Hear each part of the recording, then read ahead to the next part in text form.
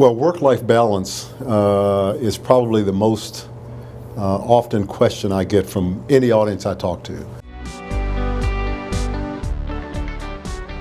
I think a better way of looking at the work-life balance question is the life choice question. I came into the Pentagon as a first lieutenant. Now, I wouldn't recommend that to anybody, and I don't think they do that anymore, but I came in as a first lieutenant. So I came in the Pentagon, I'm running 100 miles an hour.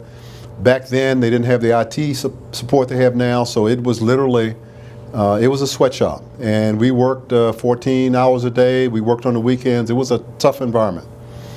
And I remember, though, about the second week I was there, my youngest son, Derek, had an issue with asthma. So I went in to talk to my boss and I said, sir, you know, I need to take the afternoon to go take my son to the doctor. And his response to me was, you know what, you're in the Pentagon now. And, we don't do that. We come to work and we stay at work until the job is done. And I said, okay, sir, I got it. I mean, and you know my work ethic. You have seen me. I don't slack off. But I'm not going to send my wife and son over to the doctor for an appointment like this without my support.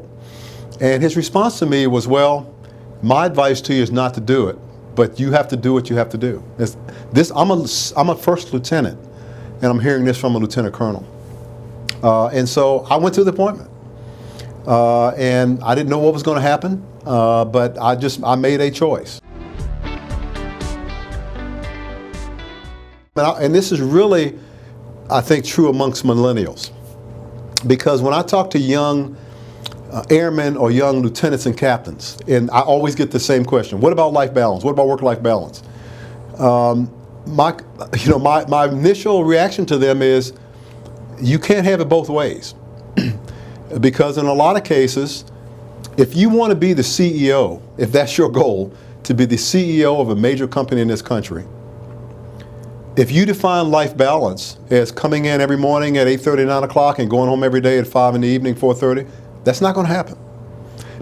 It's because of the demands of the job. If you think about work-life balance, I think most people think of it as a pyramid shape with a teeter-totter across it, and it's at the 50% mark on the scale.